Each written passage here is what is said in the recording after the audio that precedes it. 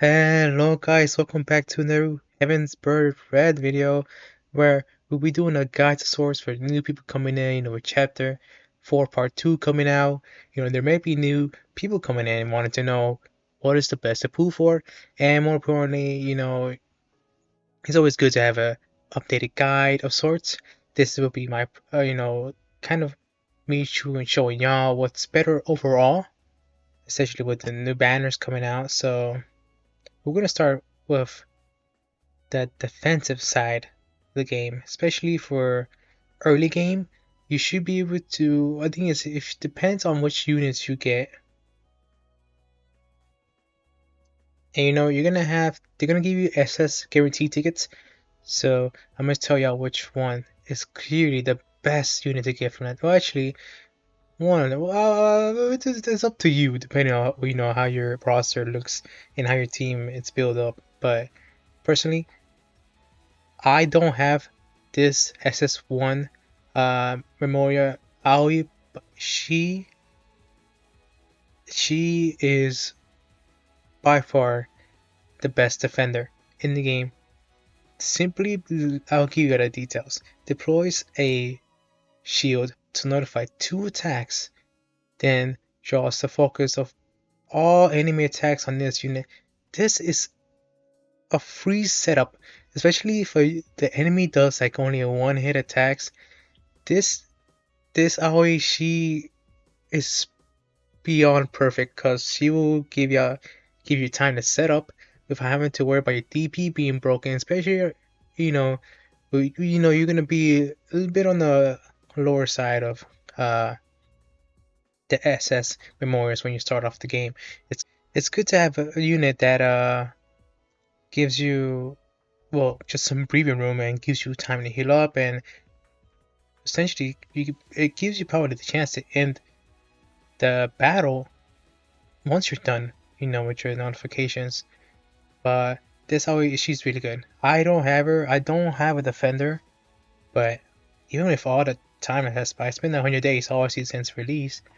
But if I had her, I'm pretty sure she's good for the long run. She's really good. So no, so if y'all get her, man, you're basically you're doing well for the long run, in my opinion. But we also have the maid always that came by. She's also really good. And there's a thing where she has her ults, but you can't carry her ult into her next Memorial ult. I mean, not the next Memorial, next Memorial. You can't give her both ults right away. You gotta do challenges so you could bring her Angel Wings onto this main Memorial and use them. Have both skills. But if you could do that, Maid Aoi, I think she's possibly easily the best unit in the game, from my opinion. In my opinion, she's easily probably the best unit in the game because what she allows you and your team to do, she is just, it's just perfect. Like, what can I say? But yeah, so if you get her, you're doing good. But as for an attacker, I'm not gonna lie, I really okay. So we're talking about early game. This Ruka, even late game, early game, this Ruka was really good, right? Like she went through everything. Not gonna lie, like she took care of most battles for me. Um, she did fall off, but I mean, if you're starting off, she's still really good, and especially for late game, if you're just doing dungeons, this Ruka is really good. Especially if you're gonna do dungeons and you want to use this Ruka, right? Get this Ruka from the swimsuit event. Now the summer, yeah, I'm pretty sure it's the first no, the mermaid event. I forgot what it was called. My apologies, but this Ruka, the ability to slash all enemies with a fire imbued blade. This makes almost from every dungeon that I've played, she has made it so, like, it's so easy. Like it just it really just cuts down on time of battles. Like it's I'm telling you guys, invest in this Ruka. Finish your beginner missions and get this Ruka. She's perfect, right? I'm pretty sure you'll be able to. to have her still. If not, I would recommend the SS1 Karen. She's also really good because she also has an AoE attack. She burned through everything in the story. Her ability is the ability to she essentially is a glass cannon. She does a big amount of damage, but after she does the damage, she's now able to attack for 2 turns, which is a bit problematic. But the thing is, they're not even gonna be alive, so they're not. You don't even then if they are alive, you're gonna have another unit that's probably gonna get the kill. So that Karen is also good. I'm pretty sure you're gonna have your beginner ticket. You could choose Karen. I personally would go for Tama, which we're gonna talk about later. As for a buffer, the Sarah, all I'm gonna say, she is, even though she's from the beginning of the game, you could see the 11th, the November, basically the start of the game, essentially, right? She's still, you can't go wrong with her. You can't go wrong with her EX skill. For the sake of, she increases all allies crit for 3 turns. This is big because there's been always the other units that can do this too, right?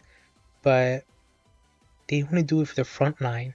And keep in mind, you gotta have her in the front line to do this. So essentially, you're only gonna be able to do it for 2 units, right? Say you have you have a third damage dealer in the back, just doing story or we're doing a dungeon, right? They're not gonna get the buff. So this Sarah, very very good. I would go for this Sarah and I mean, if you probably won't, she probably won't have an exclusive banner, but she's still really good if you get her EX skill. So still really good. We're gonna see some, yeah. So we have a one who is on a banner, uh, another buffer, Ying Shi Li. Sorry, I apologize. I know I messed it up. I know I messed it up, but she's almost essentially like Sarah. Um, so we have Ying Shai, Ying Li, Ying Shi Li. Sorry, I don't know how to pronounce her name, but she is also an amazing. But if you could get every buffer that you've seen so far, well, not maybe every single one, but most of the buffers on one team onto one ally, it's gonna be some. That's mainly you're gonna do that mainly for like score challenges, but I'm showing you different options you have for buffers. So if you get any of them, they're obviously really really good. So you have Ying Shili who increases the skill attack of a single ally, additionally increasing their multi-hits by 5, and also can't be used while SP is 0 or higher. That's using the SP 0 higher. I mean, it's pretty good because sometimes you don't want to wait for that 11 SP. You're gonna have your unit set up, and are you gonna want to wait up for that 11 SP? No. So it's really good. This 30G, no, not 30G, 31X. I'm sorry, say 30G. 31X is a really good team for just, you don't want to wait. So just do this, and you're able to. She makes your unit do lots of damage. So yeah, so she's like I'm a loss for words because she's really good, really really good. And so even on the banner that I pulled, I didn't get her, but I got like 2 or 3 of Maria's, and she has been going through everything. She's my main one. I have her like at 3,000 power right now, and she is just killing it. She's doing like 260,000 damage around there. Kind of depends. Not on the on the units on the enemies that have vulnerabilities, but just like a normal, like no vulnerabilities, just crits and buffs. She does like 260,000. I don't know if that's that. I want to say it's oh my god, like it's like the best in the game. But more certainly, letting you know right now, that destroys the 14,000 flashback battles. You know how you do flashback battles when you have every event's gonna have flashback battles, and this I'm telling you right now. Obviously, I have multiple copies of her, so maybe that's why. But even if I didn't finish it in one turn, I would certainly be able to do it in 2 turns because she just kills it in with the first try most of the time. So this Maria, even if you didn't get her, she is still really, really good. So it's a high value banner. If the banner of these two ever come back, which it might, because obviously, a unit as good as this, don't see it just never coming back. But either way, if a banner of these two come back, really, really good. She's a healer of sorts, but I don't really use her for a healer. She's not unless she gets a if she gets a Memorial where she gets resupplied, then maybe. But I'm more gonna be more worried about getting her, critical thinking and certain health for that conviction 0. But who knows how? I don't know how later Maria's may look, but she is certainly certainly really, really good, even if we don't get her. But next on our list, also another buffer. The latest, this was the banner before what banner is the banner before the 100-day celebration? Yes, this was the last banner, which was Marie and Adelheid. Adelheid will go into more about elemental teams in a bit, but yet again, another unit that increases skill attack and crit frontline units. She's not as good as Sarah. Sarah had well, the thing is, Sarah is able to do crit for not no, Sarah's not able to do a skill increase for all units. At least not just base Saber, right? If we're just talking base. So we have Marie Satsuki, who increases skill attack and crit rate of frontline units. This is the thing I was talking about. You're only going to be able to do it for essentially 2 other units. And you're not going to be attacking Marie, right? You're not. So, and she also gets tactical vision and increased critical damage. So even then, she was really good. I'm happy that I pulled for her. She's amazing for the ice team. Especially if SS1. I have SS1, the previous, her only other SS Memorial, which gives her the ice field enhancing field buff, which I gotta get the crystals for so I can put on this Marie. But yeah, I'm sorry. I know I'm talking about a lot of buffers, but like buffers, they make basically all units do really good amount of damage, right? So,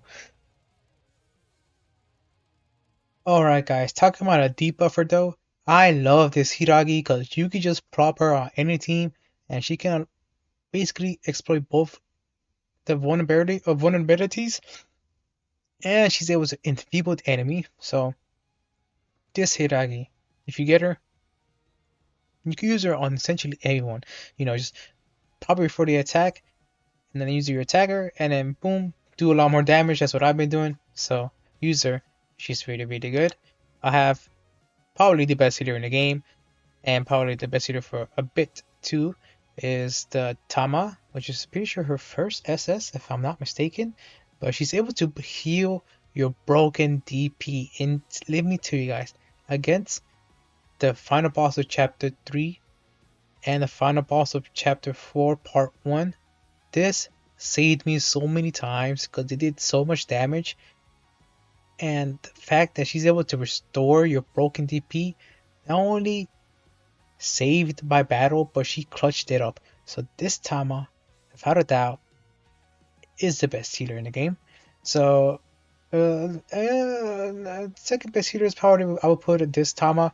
The only thing is her ability that gives plus SP 3 plus 3 SP, my bad, is elemental base. So only if you light element you can get the 3 SP. Although later on there will be healers that do that. Sorry if I'm going fast. I just want to give you guys the best ones, and I don't want to prolong this one because I already gave you guys a lot. But I would say probably the best blaster at the game right now. Obviously, it's a newly released Adelheid, which she's able to do lots of damage, and when exploring the vulnerability, she does even more damage, and she's able to increase her own ice skill attack, which is not the same as the original skill attack. So you're able to stack this ice skill attack and the original skill attack to do more damage. So yeah, you can see where I'm going with that. And by probably the best attacker in the game right now. Well, I will okay.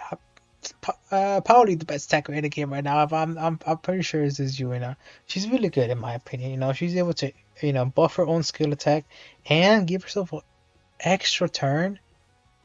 Like that's amazing because she can just plop this and then boom, straight into her exclusive, and it's just that good. So those are my favorite units in the game right now. I do hope you guys somewhat took something out of that, right? But let's get on into the next section. All right, guys. So we looked at the better units out in the game right now, but now I'm gonna let y'all know what y'all should do with your life points, especially early on, and what I did to essentially reach where I'm at right now, which is look at this. I'm at a 15k by a squad rating, which is it's not amazing, right? I'm not even at my highest yet because I gotta limit break Marie and Addo high, so I'm probably gonna hit the 15,300s, and I don't have the best equipment, but this right here is enough to get you through almost anything, and then I'm gonna show you guys how to do it. So early on, you want to push through the story, get as far as you can, and see you want to earn some quartz, right? Do not forget that you can check out the socializations. Okay, make sure these socializations, they're all good, so trust me, you're not gonna regret it. You can go back in time, and each of them give like 20 up, no, 50 I believe, or I can't even see it now because I cleared them up, but they give a chunk, right? So if you complete all of these, I'm telling you right now, you can have a good chunk of quartz on your hands. In return, you will be able to do summons. In return, you'll be able to get power to get the SS that you want. This is what I did for Adelheid. I grinded out those. That's why everything is complete. Because I did it for Adelheid, and guess what? I got her. And hey, I am a happy man. But say, you don't want to really do too many. You kind of want to balance it out because you make it a bit burned out, right? But so do not forget you have flashback battles.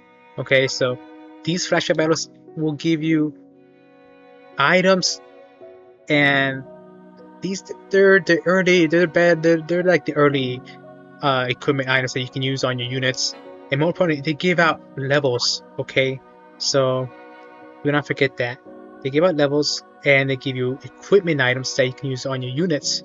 So make sure to grind these as much as you can, but not too much, because there's another option.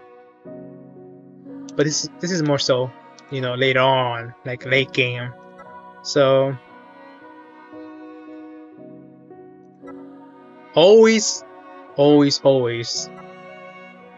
if you really wanna optimize your life points, in my opinion, I would say do the event story flashback battles, especially when they're on the three times tokens.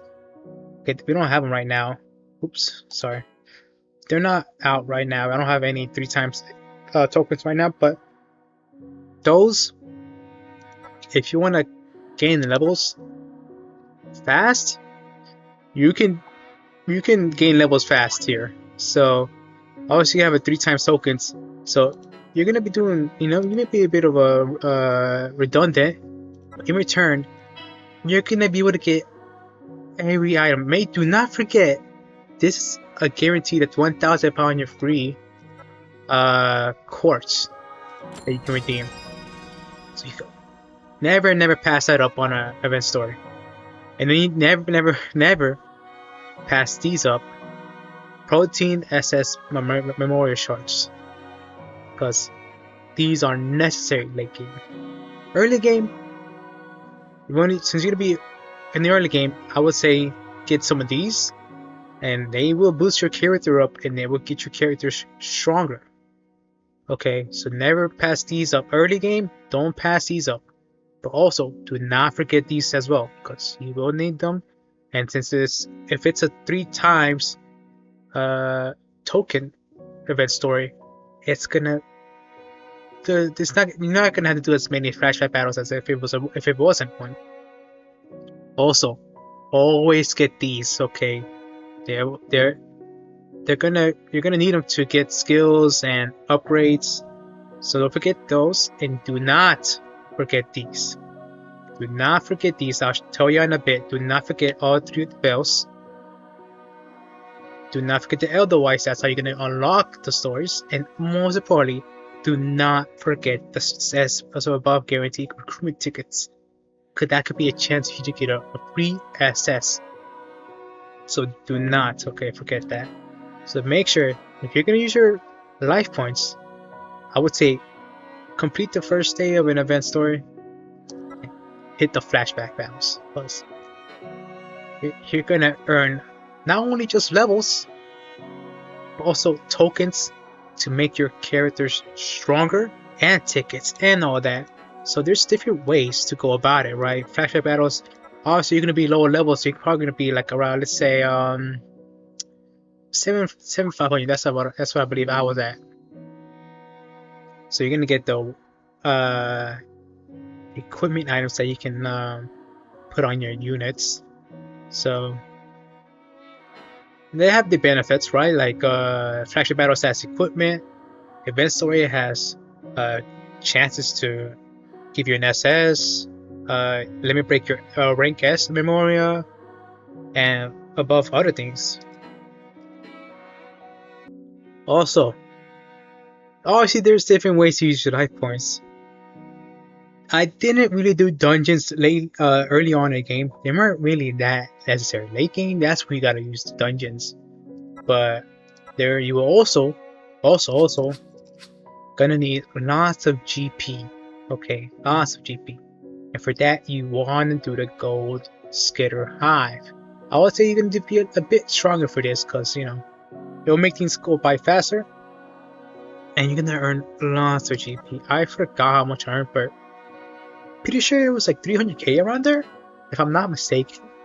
But you're gonna need GP, because for the GP, you're gonna need to obviously accessory craft, and that's where you get that's what jam flash battles, but you don't really know that right there. But yeah, there's many ways to use your life points. Obviously, you can go for the quartz route, which is the socializations and recollections route. Or if you want to get just equipment, you could do the flashback battles. Or if you want to like shoot for maybe a new SS, or just to limit break your rank S memoria, you could do the event stories and just get the shards and limit break your SS, your S memoria, and it makes the early game a lot easier. I wish I knew about event stories early on. I thought they were just stories, yeah, whatever. Well, obviously not anymore. So, you can get your S memoria. You can also get free units. Okay, do not forget there's a free unit every single time, and they give you all the shards for them. So yeah, so they give you a lots of ways to become well suited for the late game, more well suited for the mid game of the game. But yeah, so never forget, because early on I never used my life points. I'm being honest. I was like, I'm just gonna do story and whatnot. Then also I got to a block where I wasn't strong enough for the story. I was like, okay, let me check out. And if I had obviously started using life points in the beginning, it would have made the story a lot more play out a lot more smoothly for me. So keep those few pointers in mind for whenever you want to start the game.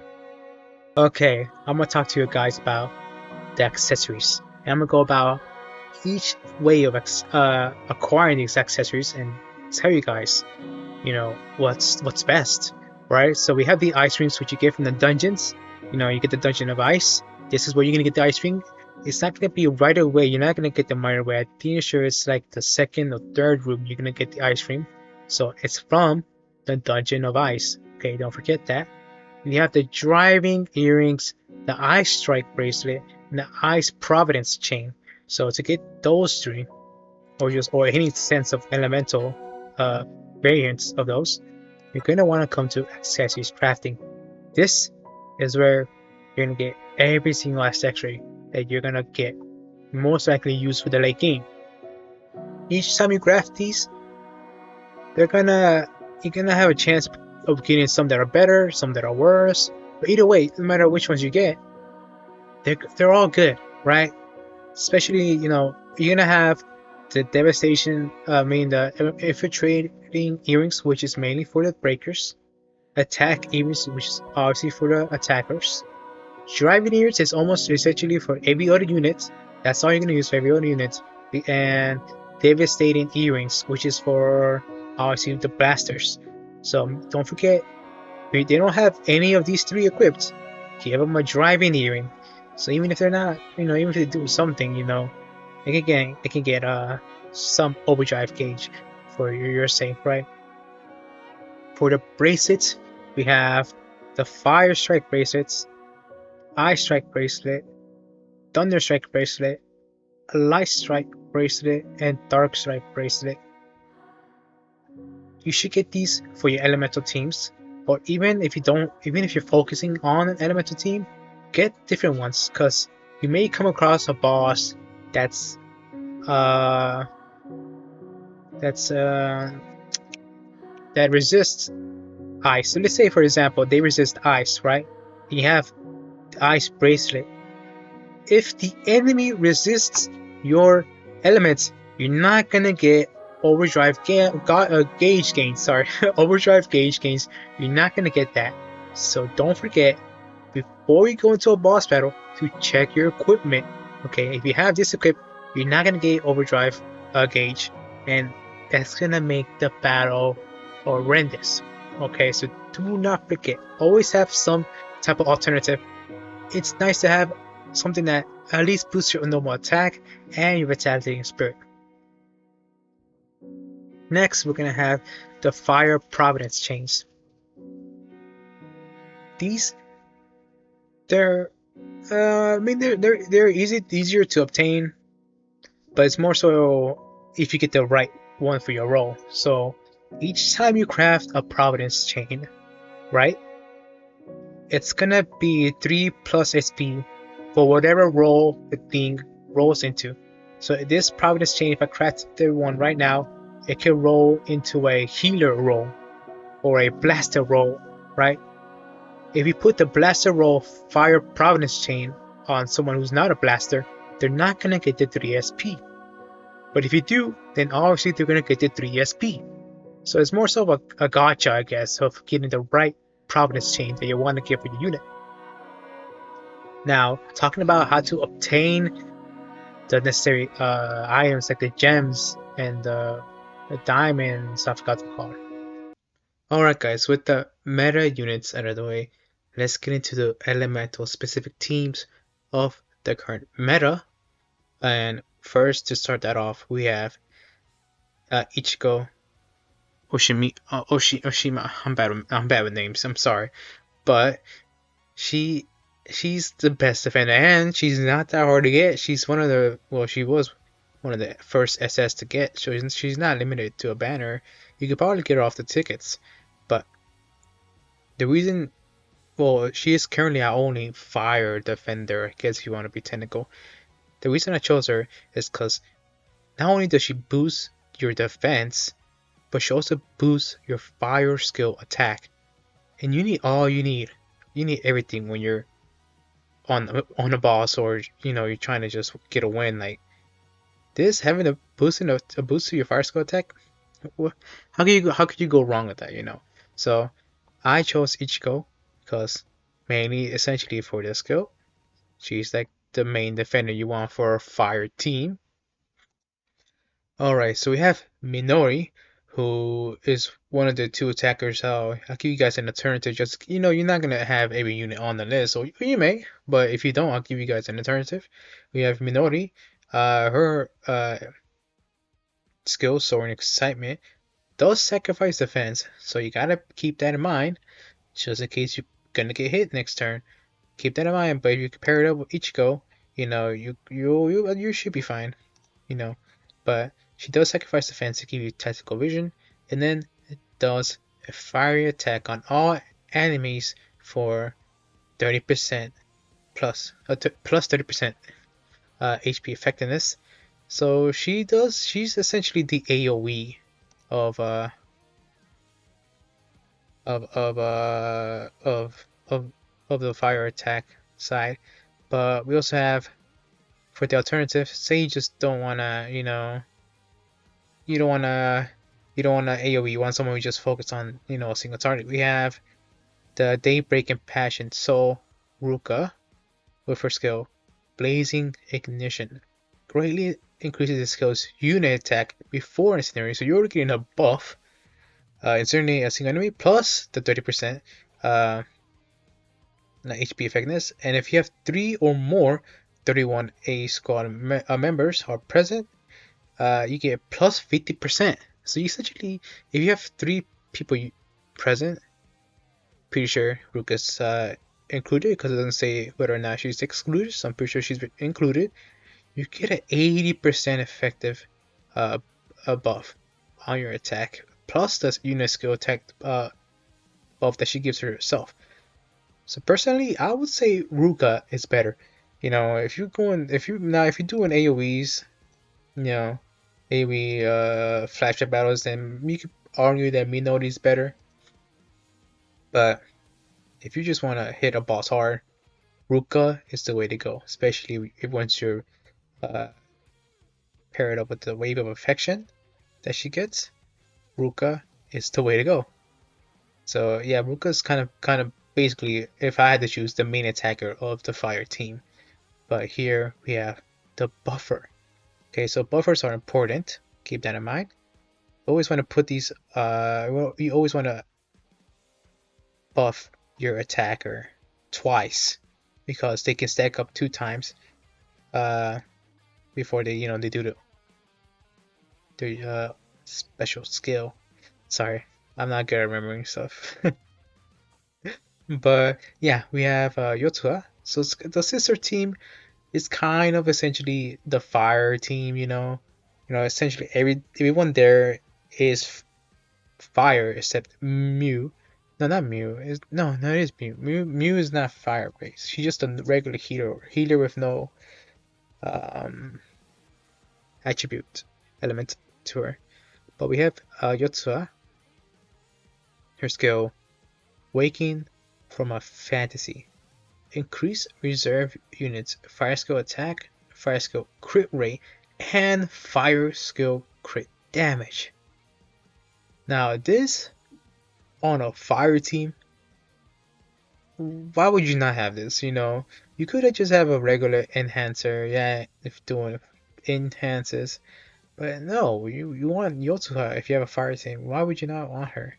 She's really good you need her. It's needed, especially for reserve units. It's good because sometimes you're kind of obligated to put people up front just to enhance people, and sometimes someone like Ruka. I'm not sure if it's her or not. Ruka needs 100% DP to get another buff. I'm pretty sure it's not this Ruka, or if it is, then it's important. But having it to do reserve units, it's not bad, because you could just swap them in and they're gonna be ready. So yeah, Yotsuha, another good unit for this, right? But yeah, just an alternative for you guys. I'll put up a little graphic just to show you guys, what's a setup for the fire team. And then let's move on to the next element. Okay, now onto the debuff inside. So You can see where this is going. You stack all these up and then you just toss in Minori or Ruka, you're gonna get lots of damage. So we're gonna get to the debuffer, Megumi. So her skill, Purifying Kagura, generates a strong enhancing field for 8 turns. Lowers the target's enemy's fire defense for 2 turns. Then that doesn't matter. It doesn't really matter if she does damage. Well, not that I think of. I don't even think she does. Yeah. She's not really gonna be the attacker of the team, She doesn't have any percent bonuses for HP or DP. So she's essentially here for her skill, which is Fire Enhancing Field, and lowers the enemy's fire defense for 2 turns. Lowering that's really good. Put that on a enemy who's weak to fire. It's gonna you're gonna be doing crazy amount. I know I'm sounding repetitive, but you gotta understand each one of these units, even if you don't have all of them, right? Having at least Yotua, you're doing good already, right? So yeah, we have Megami. She's pretty good. So if you have her, she's kind of new, so I don't think many people would have her. And there's not really a debuffing alternative. You could use the Ice Kozue. She's also really good because she exposes the vulnerabilities and weaknesses, but it's not tied to an element. So she could also do that for this team if you just plop her in there. Now for blasters, there's two. Essentially, there's an AoE and there's a single target blaster. So that's all. Like I said, it's all up to you. So you have the first blaster, Nina, was skill is Pure Love Ambition, plus her skill is 14 SP. I did notice that it kind of takes long to get Nina, and I would say I don't have Karen, but uh, when I trying to buff her, give her crit, double crit, it kind of takes her a bit to come back up to 14. But either way, like she's still good. Spreads the power of smiles, increasing the devastation rate inflicted by frontline units. Skills, then unleashes a fiery slash. Increasing the devastation rate inflicted by frontline units. Skills, it's not that important, to be honest. I don't use it mainly because why would I have 2 blasters on my team? I mean, if I had Karen, then I would use it, but I don't really I don't really have a need for 2 blasters. Well, that's my opinion. I'm not a pro at the game, but I've already completed essentially almost all the content. I'm kind of like 80% there, right? But it's not gonna do anything for Yuruka or anyone else. So you're just gonna have red buffs that you can't even use on other units. But yeah, she's a single target blaster. But here we have Karen, Little Red Rebel Hood. I don't have her. I think she's like the second SS of Karen, I believe. But you may have her. So let's read what she is, what she does. Blaze of Glory. Unleashes a maddened conflagration of slashes that can burn down even a sea of trees, dealing 10 hits to all enemies. So she essentially is the AoE. I mean, you could, if you have both Nina and Karen, you could pair them up, right? So you could, buff with Yotsuha and Ichigo, right? And have Ruka and Ruka, Nina, or Karen in the reserves so they get the buff from Yotsuha, and then prop them in next turn, and then just have them go crazy, and they should be that should be more than enough to get rid of the enemy, that you're having trouble with. But yeah, it's all up to you, or not you who you want to choose or whoever you have, right? For the healer, she's not really fire because you're not gonna be using Flame Tempest like ever, right? But here we have Tama, Elemental of the Magic Kingdom. She is. I have her. I don't use her because I have the other SS, the just pretty sure just the very first one of her. But I do like this um artwork. I like this outfit. It's a really nice outfit. I like it, but I can't use it, of course. I'm waiting to get um the crystals so I could put on this Tama just so I could use the outfit, you know. But we have this Tama. So uplifting shroud, emit a healing light using mysterious power, moderately restoring all allies TP and increasing their skill attack. So you're getting a heal for 11 SP and increases your skill attack too. So it's not bad per se, you know. For having a I mean, yeah, it's not bad. Moderately, I don't know how much it is moderately. Hmm, 50 to 65 is pretty good. But oh, we have a let's do max 1000 to 1844 max heal. That's pretty good. I think my max TP right now 3000, right? So 3000. So you kind of I mean it's only 11 SP. You're gonna kind of be using this for the increase in the skill attack. It's for all allies, so you're gonna have that in your team is this team is it becomes stacked for the attackers. So yeah, she's still a good healer. You're just gonna have to I feel like there are better healers in the game than Tama. Well, this for this version of Tama at least, right? But for the fire team, she does the job, you know. So yeah, and we have an alternative, a breaker. I don't really use breakers because I don't think I have a single SS breaker somehow. I somehow do not have a single SS breaker. But we have Yuki. This is a fairly recent one, so I doubt anyone would have her. So I kind of put her at the end. But if you do have her, then you know it doesn't hurt to have someone who breaks down DP. But in my opinion, I never really had a problem with DP. At least you're not gonna have a problem with DP early on in the game, but later on, late game, I can see why this Yuki could become somewhat good. But she sacrifices her own defense to deal 50% DP effectiveness fire damage. I mean, right, it's like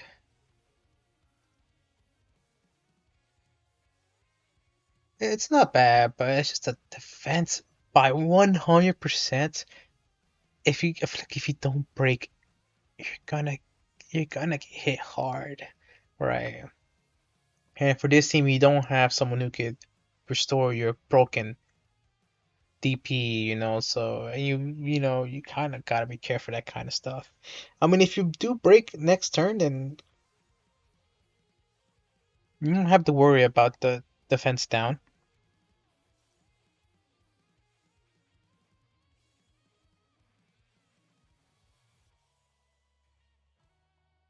guys.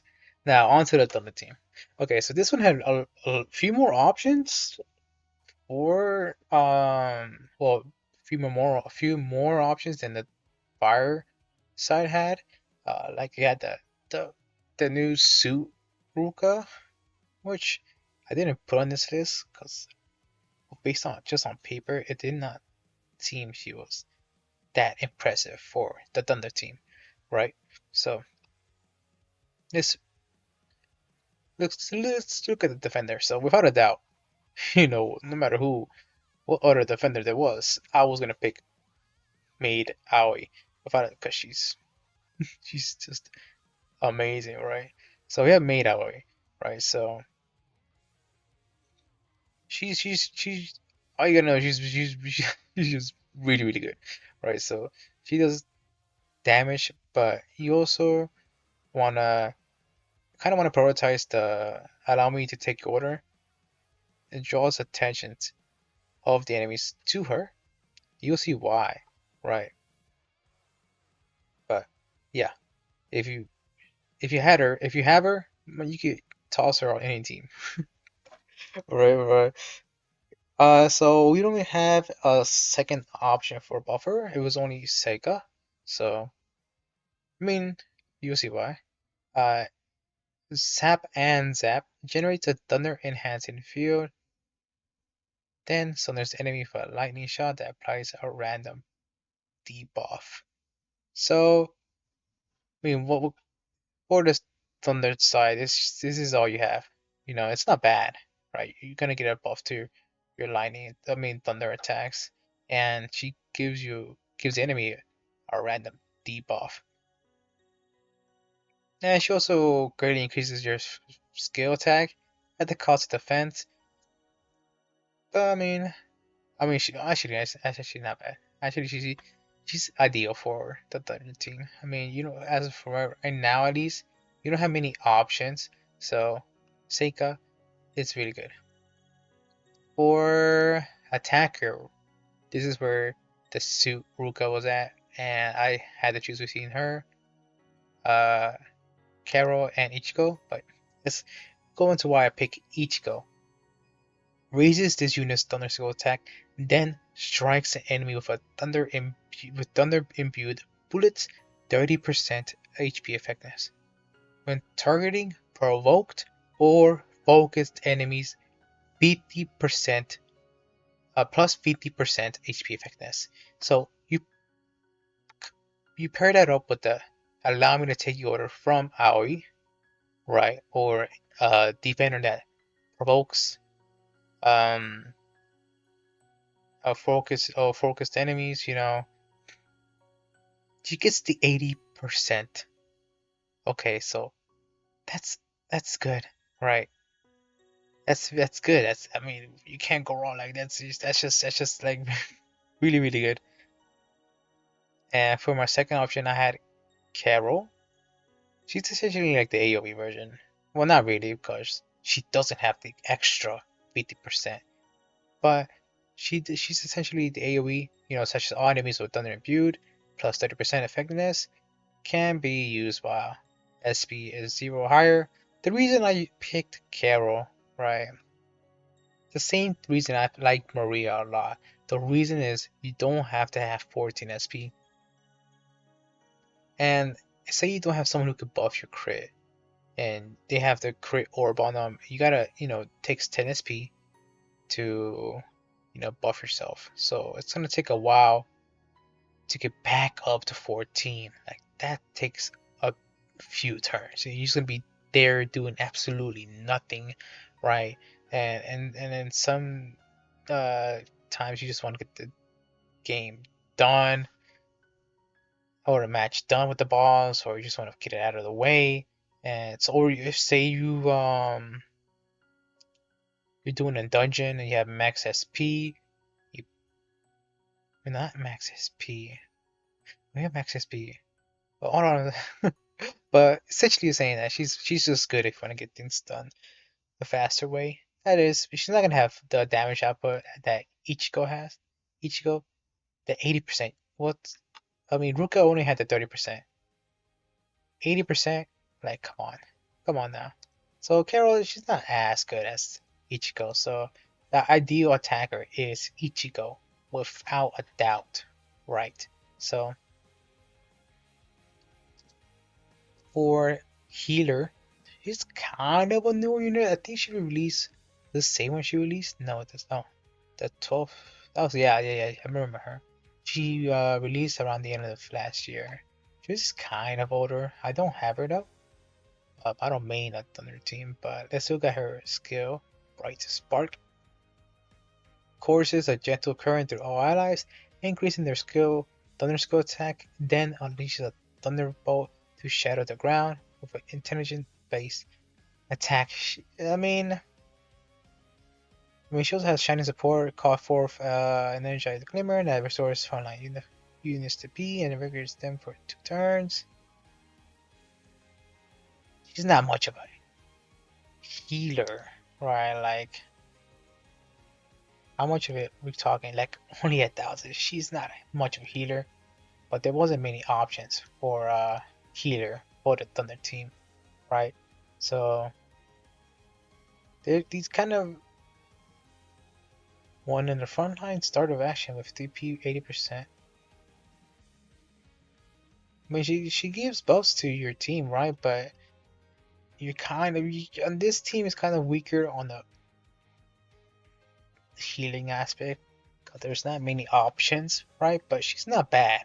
Like she's still, she's still really good for the Thunder team, I would say.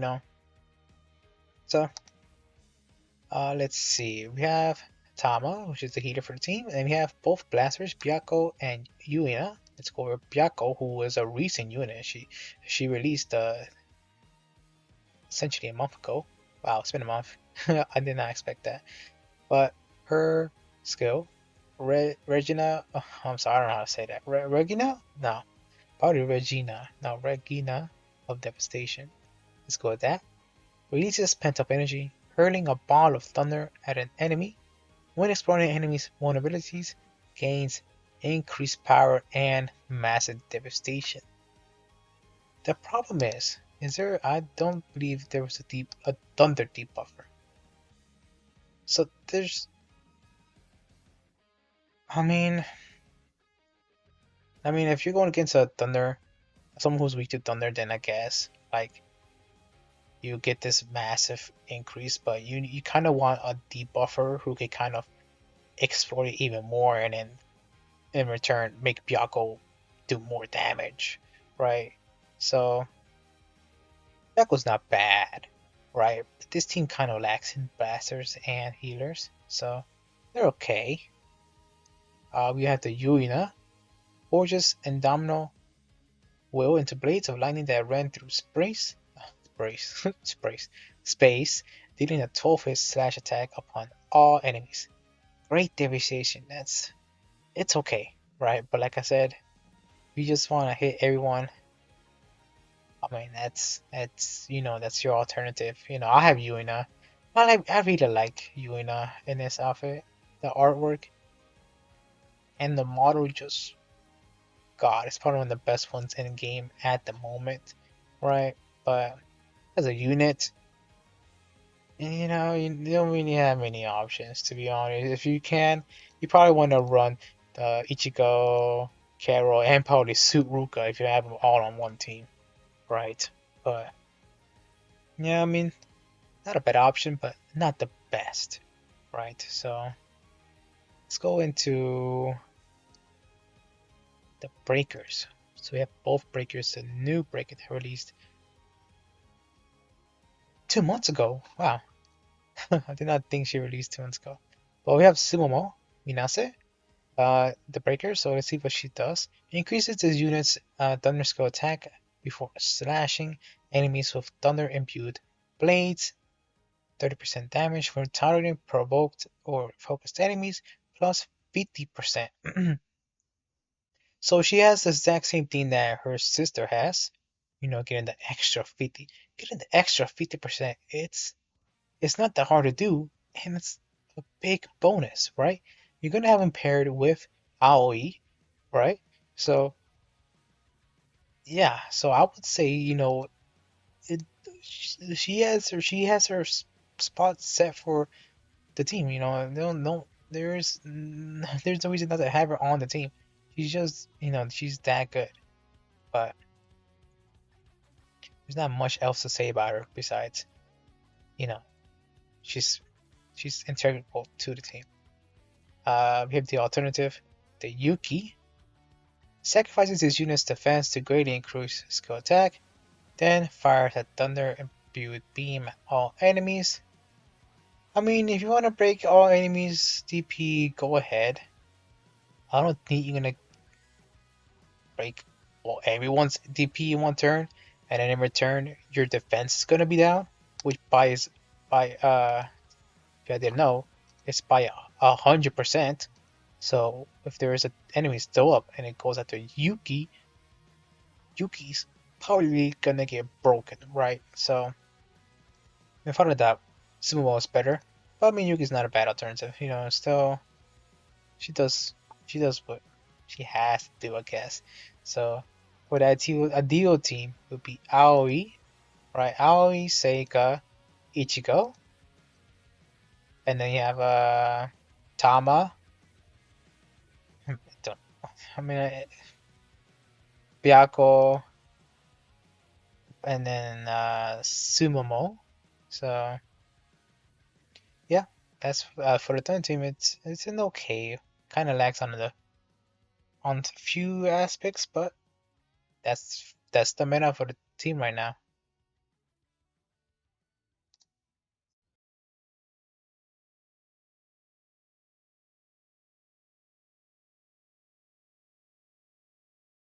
My apologies, guys. I got interrupted, but onto the ice team. This, this is where I specialize. This is the team that I have. This is the team that I know the most about. So let's get into it. The ice team does have a defender. It's essentially an ice Ichigo, Seira. This, this, this, Seira. I'm telling you right now, has the best art in the game. Easily the best art in the game, and I'm not sure, I'm sure many would agree, right? So, but let's focus on the objective. So, we have Seira, the frozen spectacle, wakens the skies, awakens the eyes that gaze into the abyss, increasing all allies' ice skills, attack, and defense for 2 turns. It's essentially an ice Ichigo, increases your everyone's attack and defense. And for attackers, I don't have this Sumomo, but we have Sumo, the Fervent Assassin. Materialize blades of ice to slice through all enemies. Plus 50% HP effectiveness. I mean, it's plus 50%, so it's at least not 30%.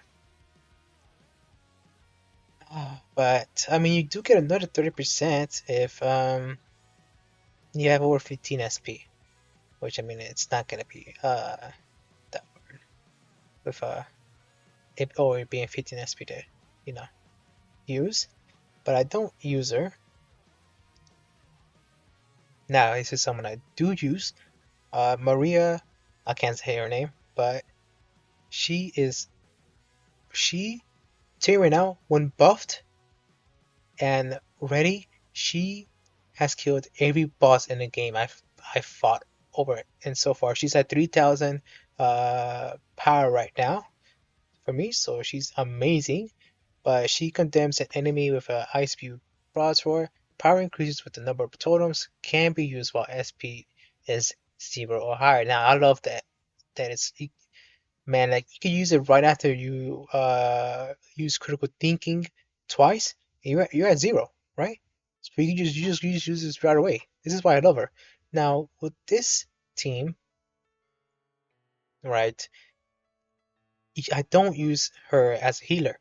I do use her healing ability to get totems, but besides that, I don't use Maria as a healer. She's not a healer, and then I just substitute someone else's role for healing.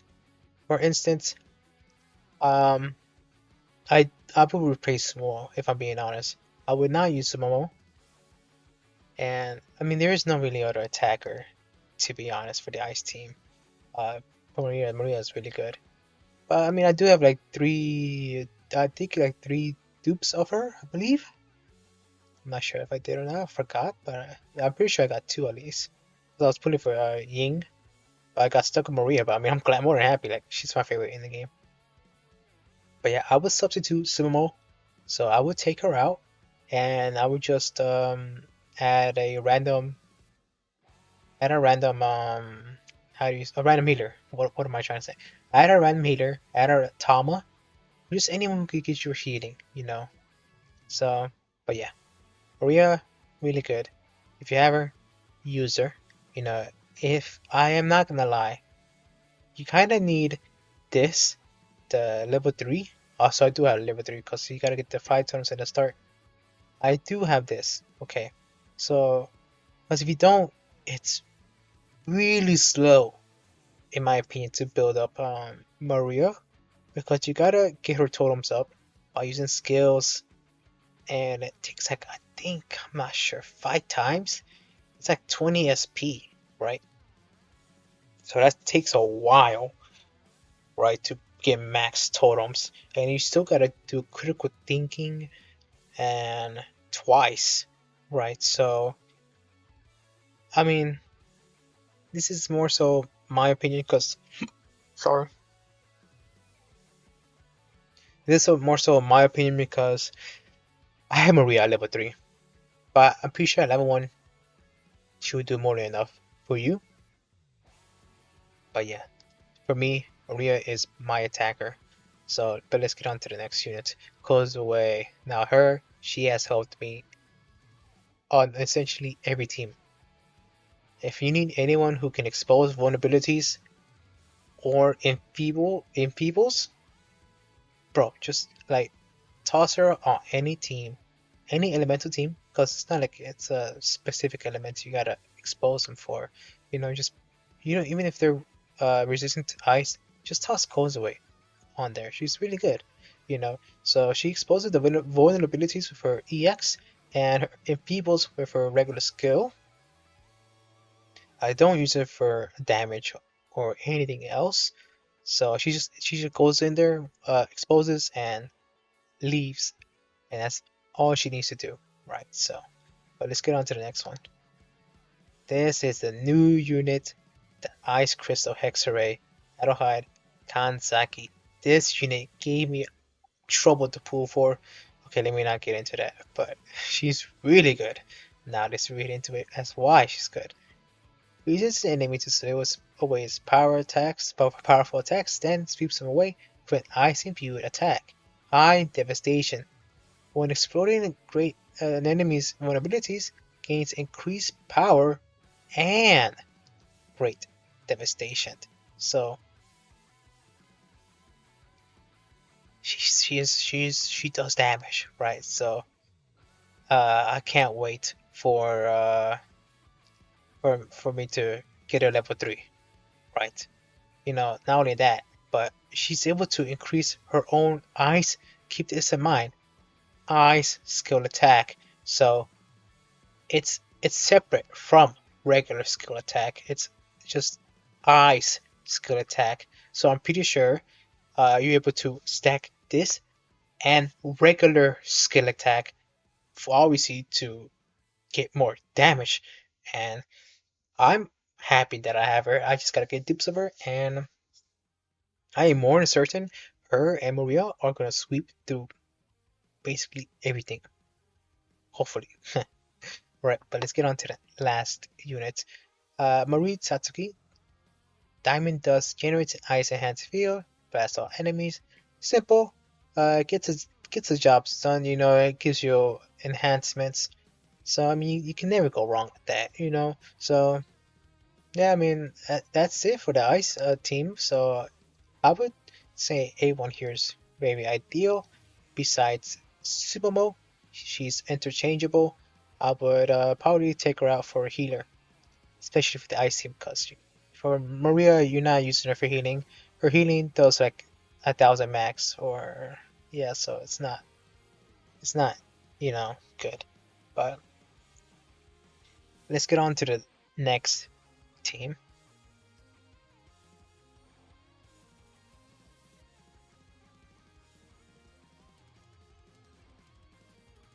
Alright guys, now onto the dark team. I actually got this yesterday night off of the 10 ticket summon. So that thank you Heavens by Red. I mean I really wanted the GA because she looks absolutely gorgeous. Look at her. She looks amazing. That's art. That's just pure art. But we're not here for the art. Okay, let's pay attention. So Dark, if I'm not mistaken, only had one defender, which is this Chie, and she's on the newer side, and she's just basically better. Deploys a magical circle in the middle, unleashes 10 hits of Vitality base, dark damage at one enemy. When turning, provoke to focus enemies. ASP's usage is half, so it could be 7 SP. I'm gonna mainly be using the Cage Bird attack though, which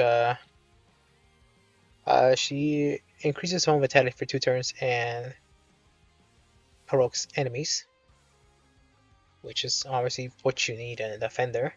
No, I think there was another defender, but they didn't have the provoking. They just did damage. When for a defender, you want to provoke, right? To keep your others safe. But yeah, you have the defender. She's not bad, right? She's not AOE, but she's not bad. But let's get on to the next one. The unit that released less than 2 weeks ago. The Mitzer Gondar Mary, I don't know how to say it, sorry. But she's an AoE attacker. Increases her own dark crit damage, and when in overdrive, she gets plus 50%. So yeah, I mean, you're gonna essentially always be, by the time you're gonna have to use these skills and you're gonna be buffed, you're gonna have an overdrive. So it's not that big of a deal. But the main thing is she could increase her skill attack again with her other skill and grants an extra turn. Granting yourself an extra turn. How can you go wrong with that? No, that's by far like that's easily she's easily by far the best attacker. Well, not best attack. Well, she's probably not the highest damage attacker, but she gives herself an extra turn. Can't go wrong with that one. But let's go on to the next unit, the Innery. So she unleashes a storm, builds slashes, plus 30% effectiveness, and but while charged, gains a 30% HP effectiveness. So, I mean, 80%. And it's so easy to activate too. Like her skill is inner focus. Like it's so easy to activate. Like there's no conditions. Others have conditions where they have to have a certain party member, or it has to be overdrive, or it's something, right? But just use the skill, boom, 80% right off the bat. So she's gonna be the damage dealer for this team, right? So let's get on to the next one. We have the Kura that released, is now releasing, but by the time that the video is reviewed, probably by the time this video is released, this Kura will be live, right? So let's read what she does. Slashes all enemies with a dark vortex of blades, high devastation, and when she's exposed in vulnerabilities, gains slightly increased power and massive devastation. So she's gonna be your AoE damager, right? So I mean, you got strong damage output for this team, with all these guys, because she can even increase her own skill attack. So you don't even need a debuffer, right? Okay, you kind of do, but but these the teams, I realize for every attribute they have their strengths and weaknesses, but this team so far it has like almost legit almost no weakness, right? But let's get on to the next one. Who's the buffer of the team? HereⅠ Ishii generates a dark enhanced field followed by an explosive ball of dark paint that pierces all enemies. You're not here for the damage. You're here for the enhancements. You know, she also has full enhance. The other buffer for the dark team did not have full enhance. I'm pretty sure her name is Shiki. She did not have full enhance, but she did buff dark skill attack. So I mean, if you want to use the Shiki you can, but I would prefer HereⅠ for the sole sake of you being able to full enhance. It's better, but I mean, I guess it's up to you. I mean, but I would go for HereⅠ for a dark team. And for Breaker, there is Kanata, who she blasts an enemy with a Pent of Darkness, 30% DP, but when charged, 50% DP. So she's essentially like what's her name? Inori, but a breaker. Easy way to get 80%, right? So why would you not have her on the team? Right, so but as you noticed, there's a problem. There is no heater for the dark team. And I'm sorry to tell you guys, but you kinda need a heater. So in my opinion, if I'm being honest, you probably have to get rid of either Kura or Yuina. For the soul's sake, you don't need two AoEs, right? And you need a heater by chance. And I mean, Kanata. You mean you could give it a Kanata too, but I guess it's always good to have someone that gets rid of DP. So I would say I would probably get rid of.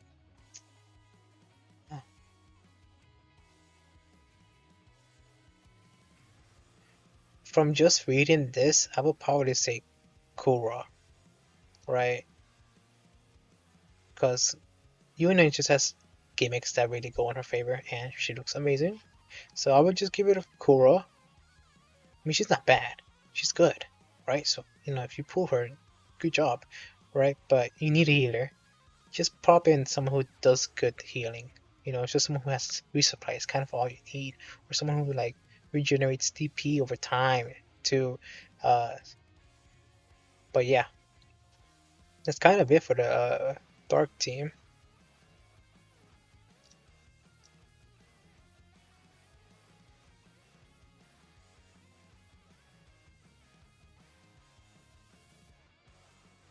Uh, Alright, guys. So, for the Light team, there is no defender.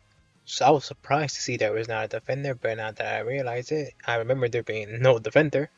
There is no defender for the Light team, so I mean it's not doable. Like I run my Ice team with no defender, but it's always nice to have a defender for reassurance.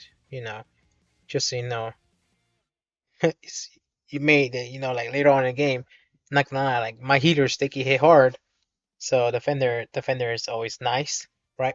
But let's go ahead and check out the attackers at least. So we have the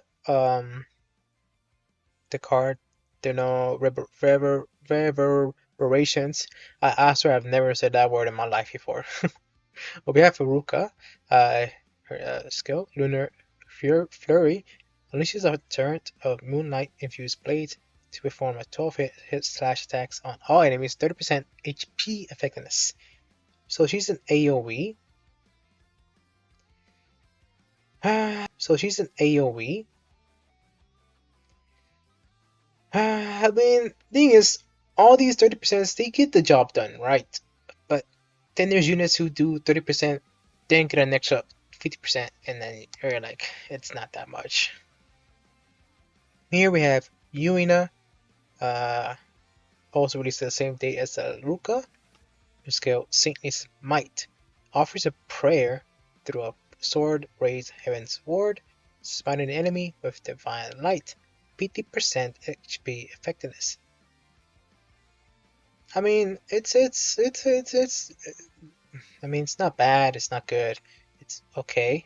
I mean, it's good for this meta at the moment. So, it's not a bad option. We also have the Bonivar, Measure Light Aurora that raises all allies at scaled attack, then unleashes a light imbued slash on all enemies.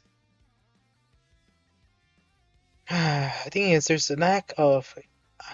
I'll have to come back to this one. Personally, I think the Yuina is the go-to for the attacking role of this party, but let's see what the other roles offer. You have the Tama, who splashes a shower of light on all enemies, moderately restoring the DP and further restoring the DP for 3 turns. Any other light element memoirs will also have their SP raised by 3. This this is perfect. This is you can't what this is this is really good for this team.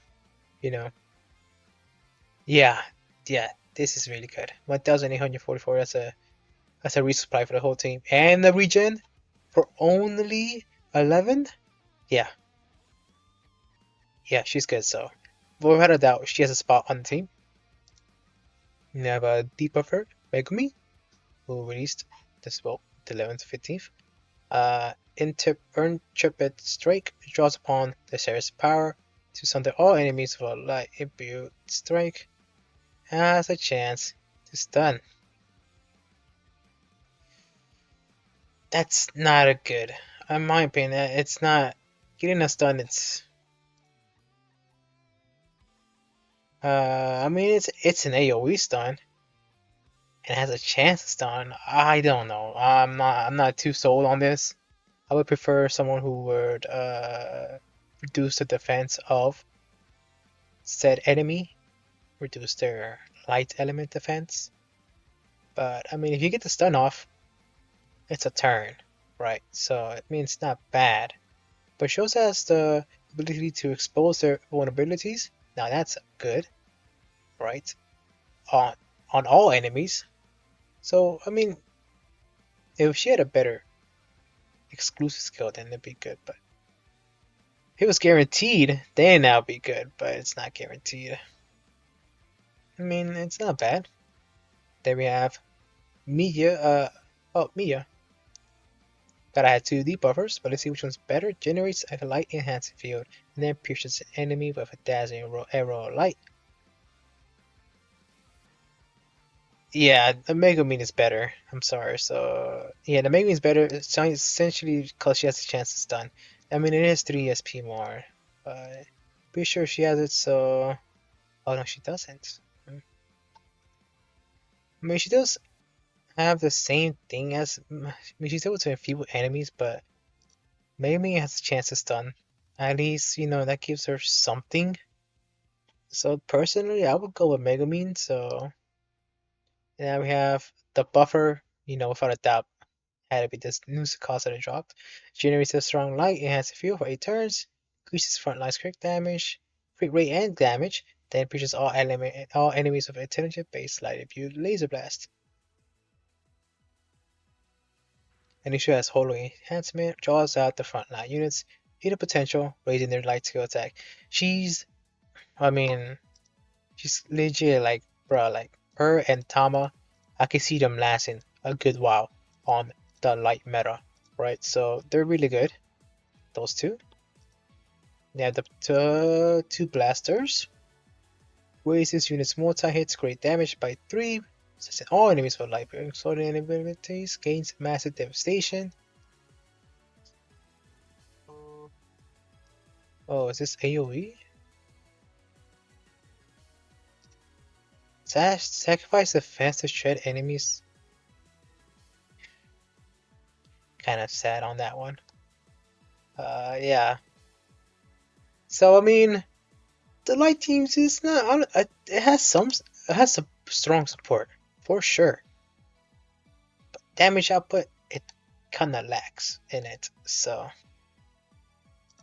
but I mean, let's look at Yaoi, the Christmas banner one. Sacrifice defense to unleash a piercing blast of energy. When used the first time, gains increased power and 50% P. I mean, for this team, you kind of need someone to get rid of the DP, right? So, I would say, I got the wrong person. My apologies. Give me 1 second. Without a doubt, if you had to build an ideal team, I'll put Yayoi, Tama, and Tsukasa. And I would say, dang man, like I will put Megumi for sole sake of being able to expose the vulnerabilities, right? That's what we want. As for attacker, you're gonna have Yuina. You need someone to do some kind of damage, right? And for the last one, I mean they all do AoE damage. That's the thing. I'll probably, to be honest, I'll probably give it to Christmas Banner Bounty Bot.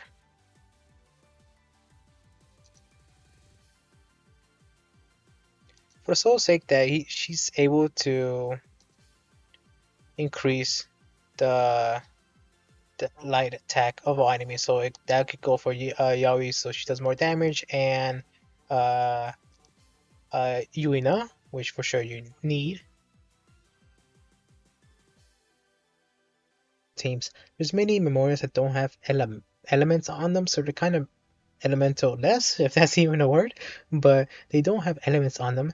But this was more so just to help to maximize the output of damage for that certain element, So I do hope that was helpful. Yet again, I want to give my support to the database for helping me uh, certain the information I needed for the video.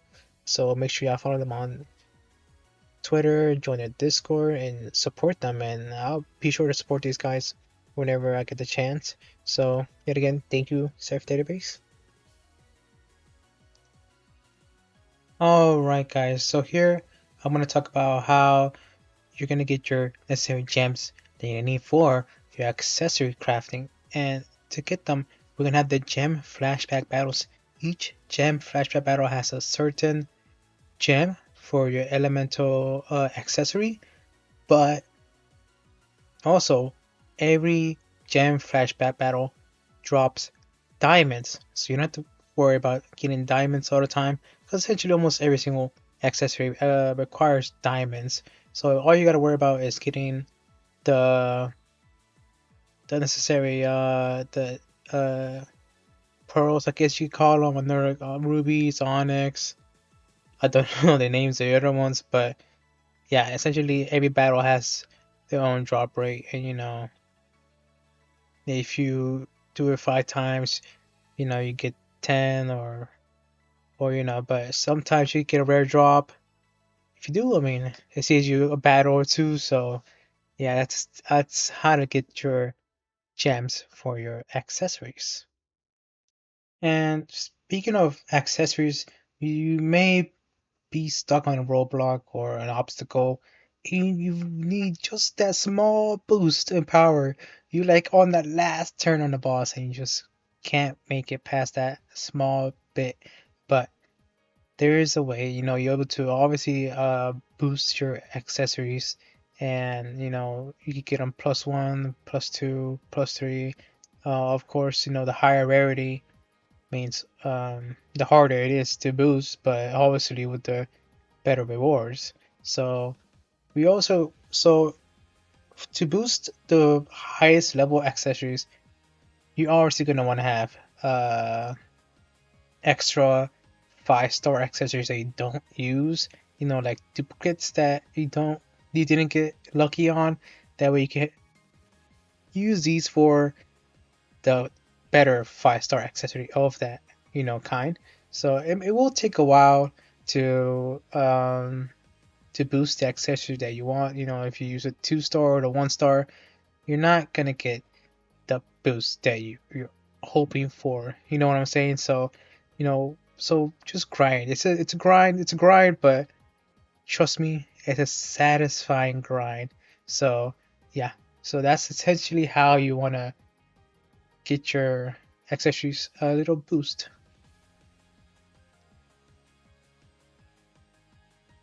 Now, speaking on how you should equip all these accessories onto your memorials and who to put them on and who should use them, it's not really as hard as you may think it is. Essentially, you gotta mainly use your accessories. You're gonna be more worried about your attackers more than anything, but you also wanna obviously make sure your team's well equipped. So obviously we have many things. We have like 6 slots to worry about. So you have your rings, right? That comes into play with your elemental skills. So make sure those rings are on your damage dealer. I love the fire ring on Ruka because her AoE fire attack, it sweeps, dungeons, and it just makes everything go by so much faster. You don't gotta wait every single battle to build something up. But yeah, like the fire ring's really good for that, or any AoE. But essentially, fire rings are for your elemental skills. Uh, Anyone who isn't a healer, attacker, a DP breaker, or blaster, give them driving earrings so that way it can give a boost to the driving gauge if they do attack. So bracelets give you like 100% boost to your normal attack and add an element to it. But you want to keep in mind the enemy's resistances, because if you have a dark strike bracelet and your enemy resists dark, if you do a normal attack to build up the drive gauge, you're not gonna get a drive gauge, and you're not gonna do any damage at all either. So when you're equipping bracelets, you kind of want to keep in mind. So if you going to get someone who's weak to ice, and give them an ice bracelet, or if you don't have ice bracelets, just give them something that's not gonna hit the enemy's resistance, and also that's gonna give you an overdrive gauge at least, right? So that's the important thing about bracelets. So here we have the Providence chains, who are role specific. So since Tsukasa is a buffer, she gets a buff from the Providence chain, which is the 3 SP. So always keep in mind that the chain you're adding is the right role, or less they're not gonna get the 3 SP. We also have the orbs that drop from the orb bosses that we'll talk about in a bit, but what I want to talk about is the mementos that you can add on memorials that give you a boost. So here I'll talk about that and where to really get them at. So those memorials, they're not that hard to acquire. Every single memorial has a slot for them, and they're free from what I know, unless they start selling them later on. I doubt they will, but yeah, they're essentially free. They mainly the banner units. I'm pretty sure all banner units they drop from an event. I'm pretty sure they all banner units drop from the event. So as I'll show you right now, this is where the new Yuina Sum Sum Memorial and the new Tama Memorial, theirs is from the event, right? The most base units, like the very first units that dropped in the game, right? They're not gonna be in the events, right? So those are gonna be in the recollections part, if I'm not mistaken.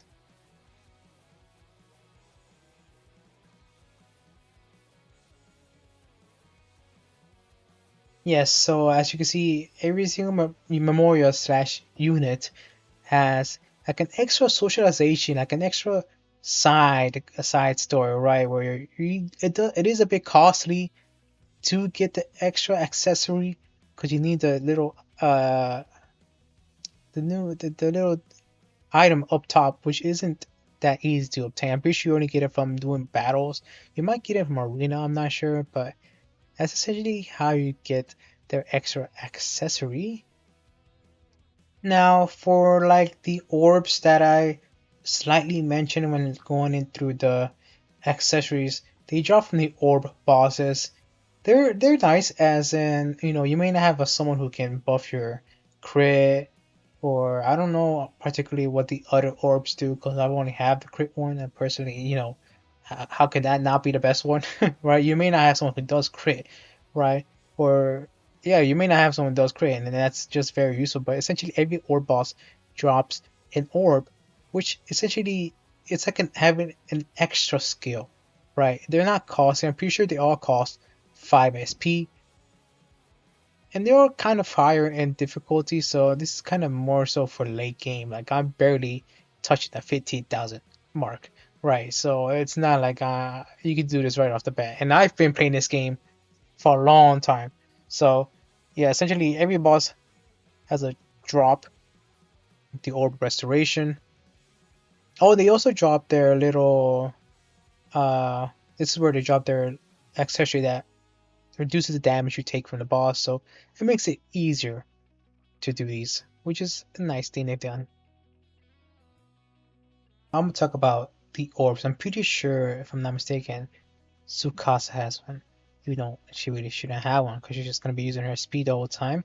But Tsukasa has the orb of in it, I can't see it, but you can see it. You can see it on screen, right? So essentially, every orb has a skill, right? I personally, they are useful. Don't get me wrong. I personally think the orb of the crit orb. I'm sorry, I just had short reading, but the crit orb, it's really good because you need not many people are gonna have a unit that buffs their crit, right? So it's a way to somewhat give your booster your damage dealer. I mean, a boost to themselves, and it's only 10 SP, which is kind of costly. But I have Maria, so it doesn't matter if it's costly or not, right? So yeah, I mean, I would always use the orb if needed, right? Like it's a free skill, so why not use it? And also the other thing that drops from the orb bosses are, as I said, the bracelets. Those bracelets they're specific only for the orb bosses, and I don't think they do a purpose outside of the orb bosses, So they're gonna give you essentially like a shield. They reduce the damage taken from the over bosses, so it makes the later battles easier against them. So always keep that in mind. Always don't forget that you have them, right? So add ups to your healers or anyone who's not really gonna be doing damage. You know what I'm saying?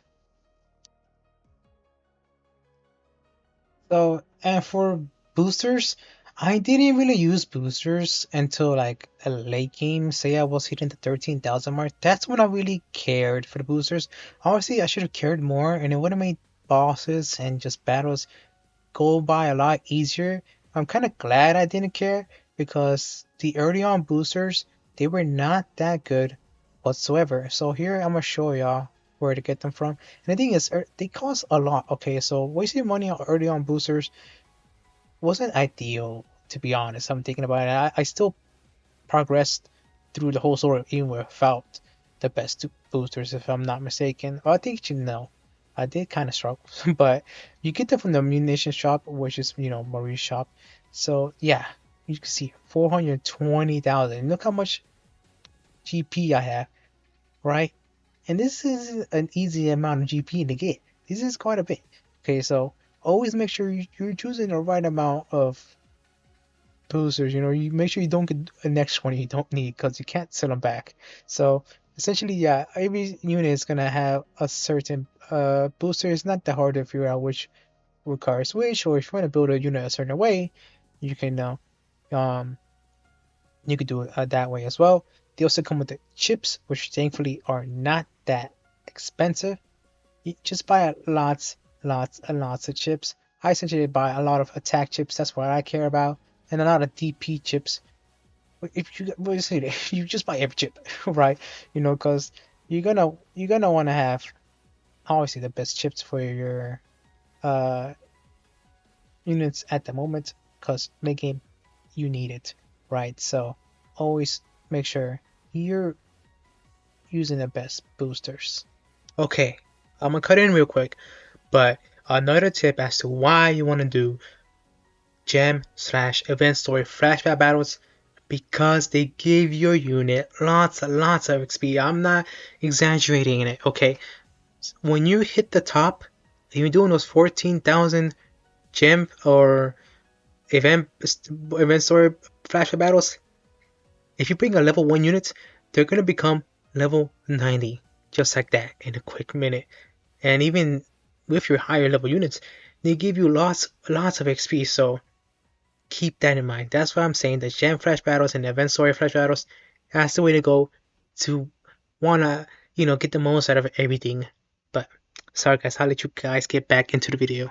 Okay guys, with the accessories, the early game, the tier list out of the way, we're gonna go into score challenges. I I have I'm not that big on score challenges because I never do the damage I'm satisfied with. But maybe because I don't have a real attacker. That's what Ado got Ado high for. But I'm sure you what I do, for example, with the current team setup that I have, which essentially is just Maria, right? Once Ado high becomes stronger, then she'll take Maria's place. Right? Where's 16? Show you what I do. Where's my ice team? Okay, pretty sure everything looks good here. So I'm gonna show ya. Okay, so I don't think we need Causeway here. But I don't think it matters. I honestly, like, we're just here for, yeah, it's a week, actually, never mind. Yeah, it doesn't matter right now. But right now it doesn't matter, but let me show ya. Let me show ya my way of doing this. Right now, essentially my damage leader right now is Maria. And it will soon be Adelheid as well, which will be good. Now, I know I always put down the AoE ults, but here right now it would have helped. Alright, so here we're gonna wanna honestly need totems for Maria. For Adelheid, you're gonna wanna use these twice. And then do this twice. That way, you know, you're increasing your boosts.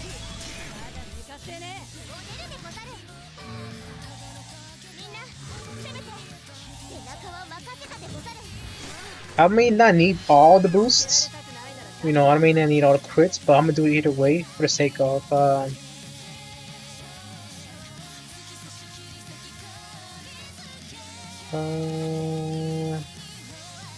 yeah, okay, so I'm gonna do it either way just so I can show you my technique.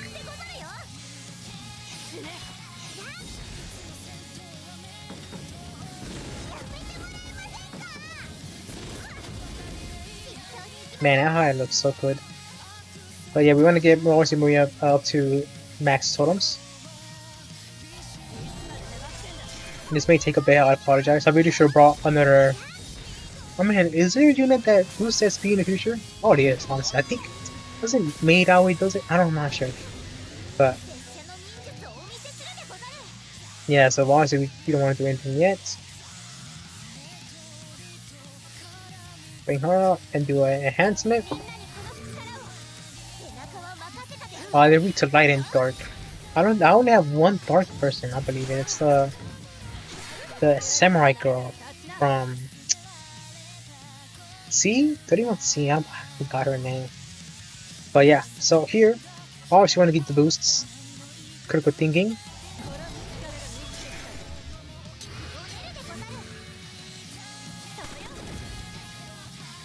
You're gonna see how much Maria can do. She can do quite a bit.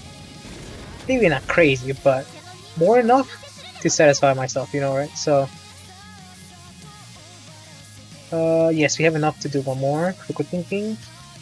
We're gonna swap her out because we don't want to waste the crits. Don't forget, switch out unit when you're doing the crit buff, because if they attack, that gets rid of the crit buff.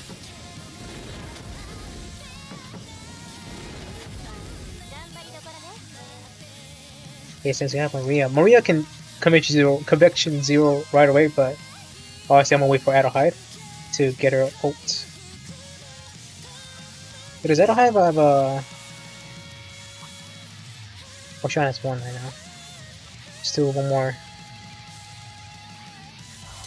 I want to see how much Adelheid can do. She's not at, obviously only at 2,300, but it's still cool to see her ult.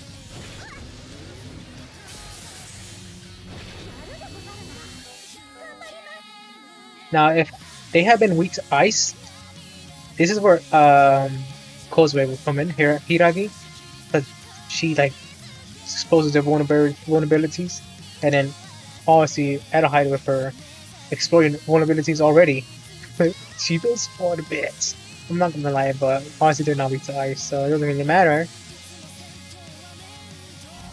So we're just gonna do this right now. We're gonna wait for. We gotta get 14 for HereⅠ. And then we're gonna pop her in with Maria and Marie.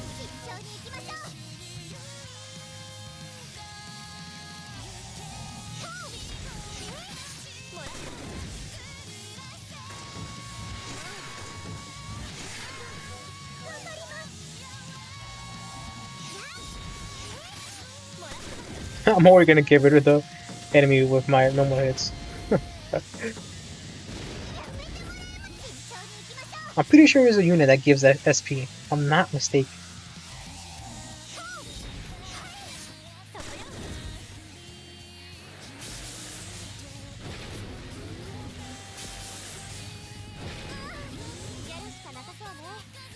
I need 14, so I gotta wait for next turn. Then I'll show you guys. Is it gonna break? No. I'll just make add height attack him. So here we go. We have Marie, who increases the skill attack and crit rate of 49 units. And this is the first time using it, which gives me a tactical vision and increased crit damage. So that's really good. And then we're gonna have the conviction 0, which I'm gonna use on the full health storm. And then overdrive. The Kansaki style Ninjutsu Hyojin, which we're gonna use on this guy. I'm excited. It's a Minigurity Q, I'm pretty sure, but it's just cool to see their ults.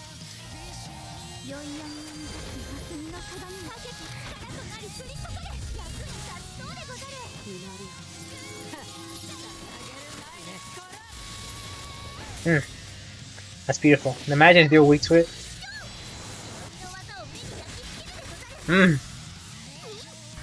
That's beautiful. That's beautiful. You know, for her not being 3,000 attack, 3,000 rating, she did good damage. I'm not gonna lie. But that's my way of doing the score challenge. Obviously, it's not crazy, right? But it gives me the things that I want to get. And I'm satisfied with it, so I think that's all that matters, right? It's very satisfying to hear the sound. I'm not gonna lie. But yeah, that's my way of doing the sport challenges. I've never really checked any guides for sport challenges, but that's the way I do it. So I do hope it's somewhat entertaining. So never forget to do your buffs, then attack, and then I'm pretty sure after you buff up it should be over by then, right? So hope you guys enjoy that. Alright guys, and with that being said, I hope you guys enjoyed that guide. It is probably the longest video I've ever created in my life, and probably the most difficult video I've created in my life too. But so I hope it's been somewhat informative. If it has been, leave a like, subscribe, and I will see you guys in the next HBR video. Till then, take care. Bye.